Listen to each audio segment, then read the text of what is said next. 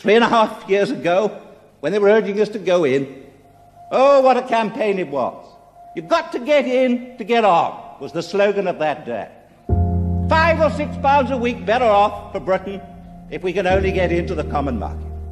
All the goodies were spread out, and Donald Stokes of Leyland buying one-page advertisements saying, all we need is a great domestic market of 250 million, and we will sweep Europe.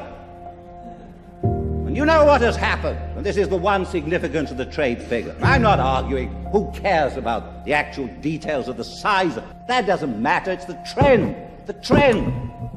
3 years ago, 4 years ago, we were almost in balance with the common market countries. What's happened since? 500 million down in 72, 1,000 million in 73, 2,000 million in 74, running now at the rate of 2,400 million this year. Don't you see what that's going to do to the prosperity of this country? You can't go on borrowing that. And you add to that the burdens I mentioned a moment ago, and we are under great threat. We're in peril at the present time, and the country must know. Therefore, now what do they say? What is the message that comes now? No longer to tell the British people about the goodies that lie there. No longer that. That won't wash, will it? Because the evidence will no longer support it. So the message that comes out is fear, fear, fear. Fear because you won't have any food. Fear of unemployment.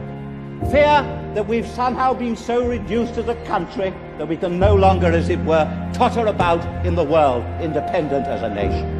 And a constant attrition of our morale, a constant attempt to tell us that what we have, and what we have is not only our own achievement, but what generations of Englishmen have helped us to achieve, is not worth a damn.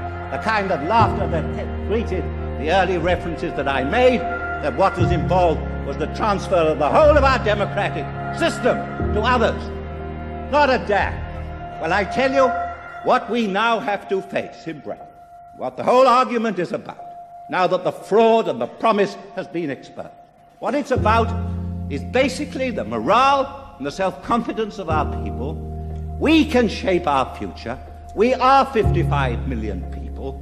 If you look around the world today, I listened to Gough Whitlam and his 14 million Australians, and he trades heavily with Japan. I'm very fond of the Australians. But do you think he's going to enter into a relationship with Japan, which gives Japan the right to make the laws in Australia? Do you think Canada, 22 million of them, and to the south, a great and friendly nation? Yes, they are. But do you think Canada is going to allow its laws to be written by the 200 million people in some union in America? No, of course not. The whole thing is an absurdity. And therefore I urge you to reject it. I urge you to say no to this motion. And I urge the whole British country to say no on Thursday in the referendum.